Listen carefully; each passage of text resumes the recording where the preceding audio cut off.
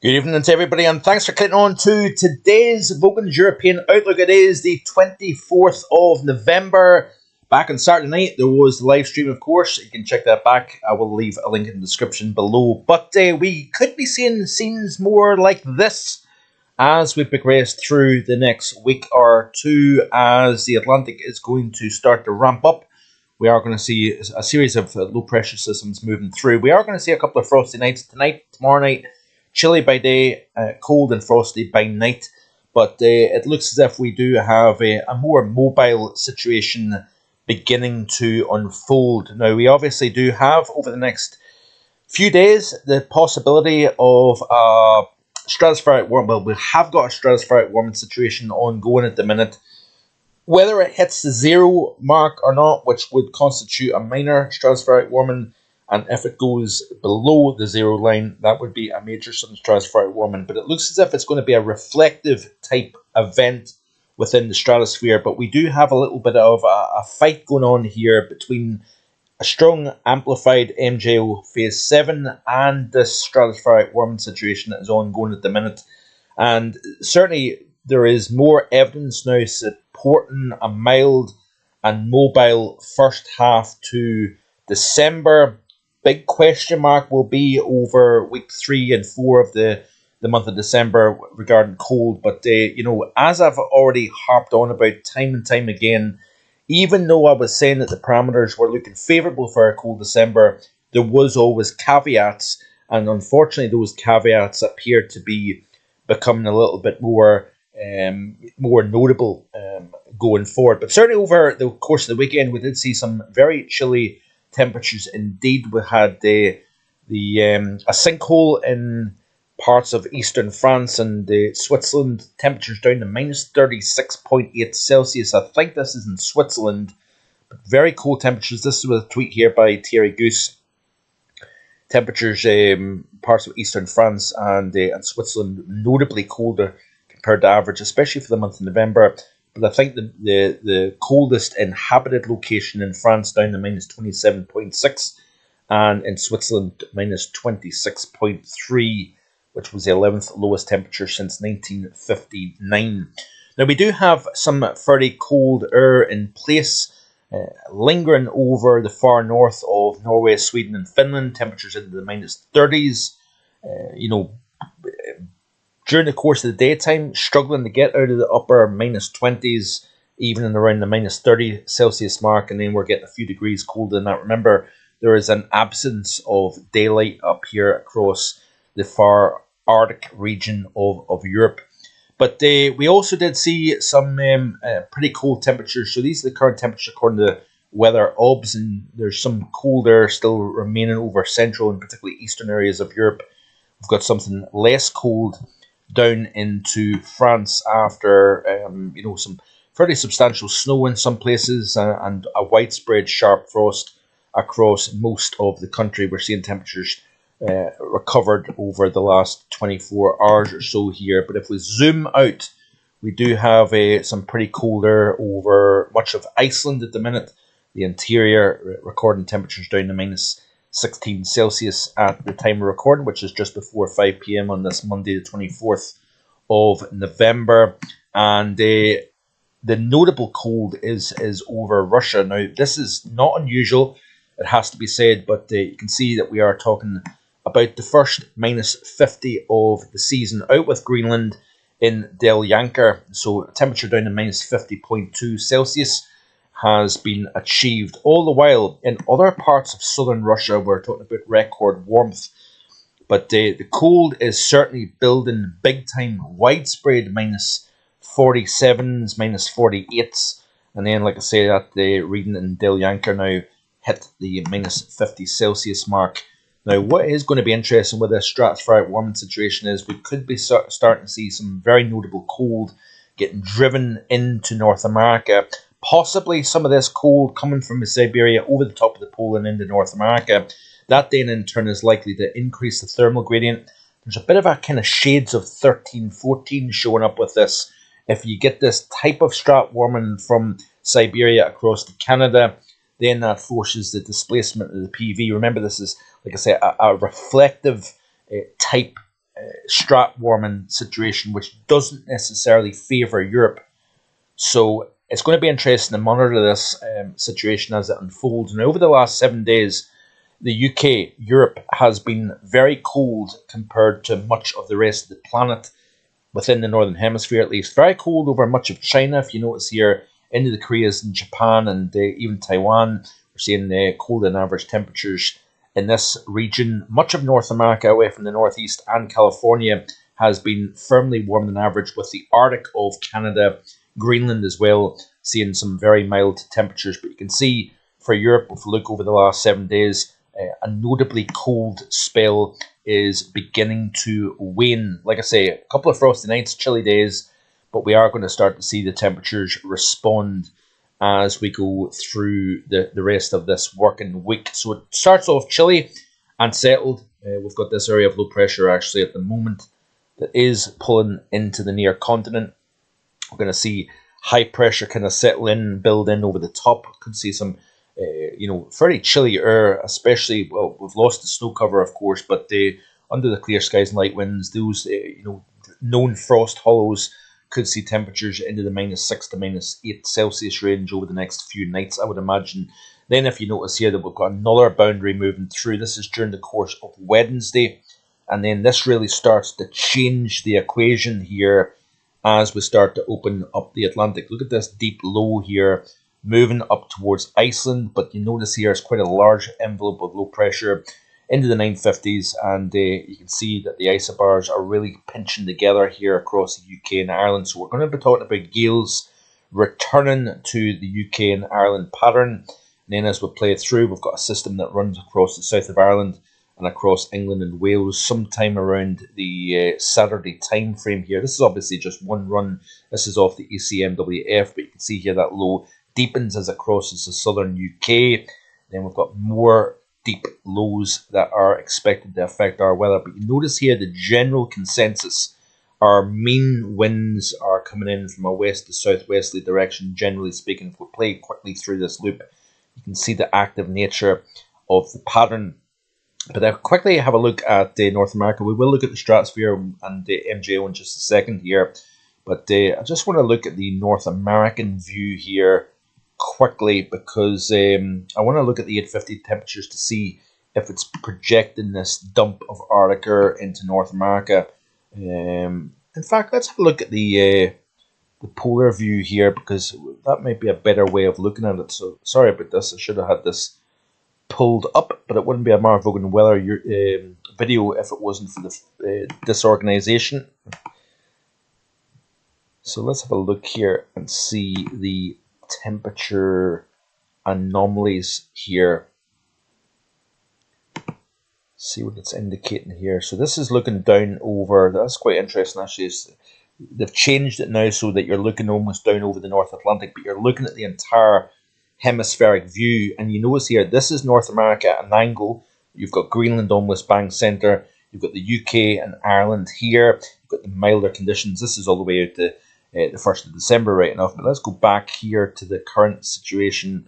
So we've still got residual chill in the air across particularly central and eastern areas of Europe. Very warmer over parts of West Asia and also across North America. Now if we play through this loop here, you can see here there's the first surge of Arctic air coming into North America. So these are anomalies at 850. So difference compared to average at the 850 millibar level. You can see here a lot of warm air getting lifted up into the Alaska and northwestern Canada region. As it does so, we're seeing the forcing of Arctic air into the North American pattern. That then increases the gradient over eastern North America between warmth over Caribbean and the cold over the Great Lakes. You're then strengthening the jet, and in turn, so you've got these waves of Arctic air getting driven southbound here into North America. You do have some of these surges of warmth as well coming up. This is out to the 7th of December. And remember, there is a lot of uncertainty with regards to these modelling situations here. This is the mean zone of winds then. And you can see here two little drop-offs in the mean zonal wind here.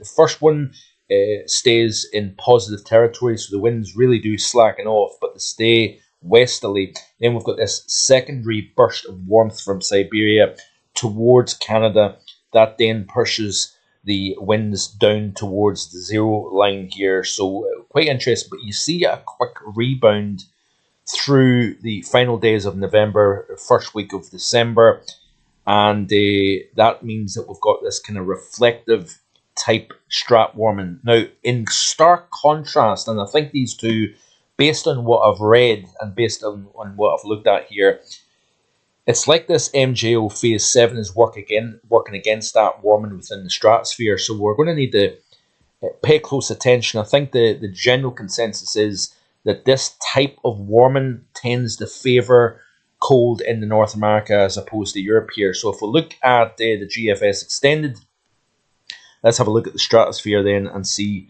what it is projecting.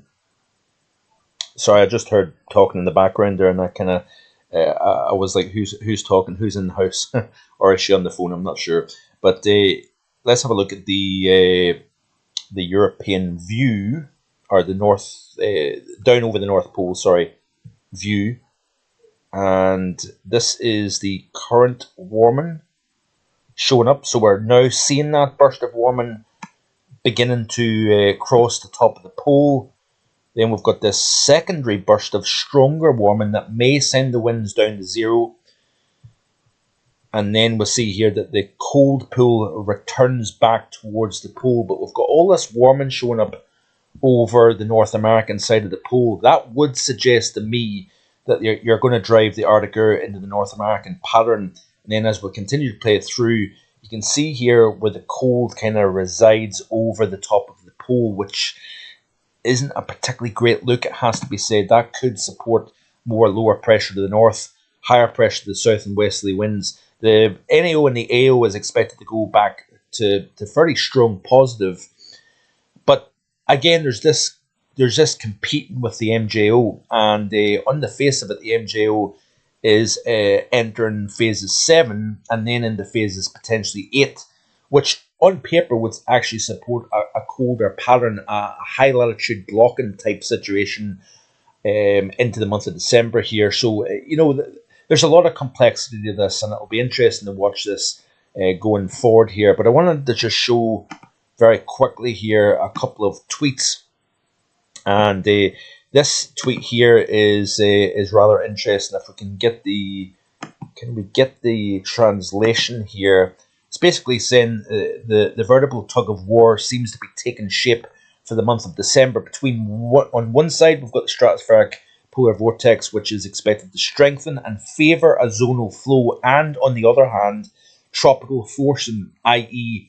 the MJO, which could instead support establishment of a blocking regime. At this stage, I still favour a scenario with the first decade dominated by dynamic ocean flow, so westerly winds, the Atlantic, while the last 2 decades, or the back half of December, would have more potential for establishment of blocking conditions. It remains to be seen which side will prevail. So we've got this competition between stratosphere and tropical forcing, and even if the tropical forcing were to gain the upper hand, so in other words, take over the hemispheric pattern, increase the blocking, France, so this is based upon a France perspective, France would still need to find itself on the right side of the blocking to feel the effect. So yeah, we could increase the blocking, and this is something that I've been mentioning. We could increase the blocking, but therefore, where does the block set up? That is going to be the question here. Another way to look at it here, this is from Nick's Weather Eye. Stratospheric polar vortex, according to the GFS analysis, is 0.3 meters per second at the 0Z. 10 millibars at 60 degrees north, so technically could be an SSW today. So this was a tweet earlier on, earliest on record.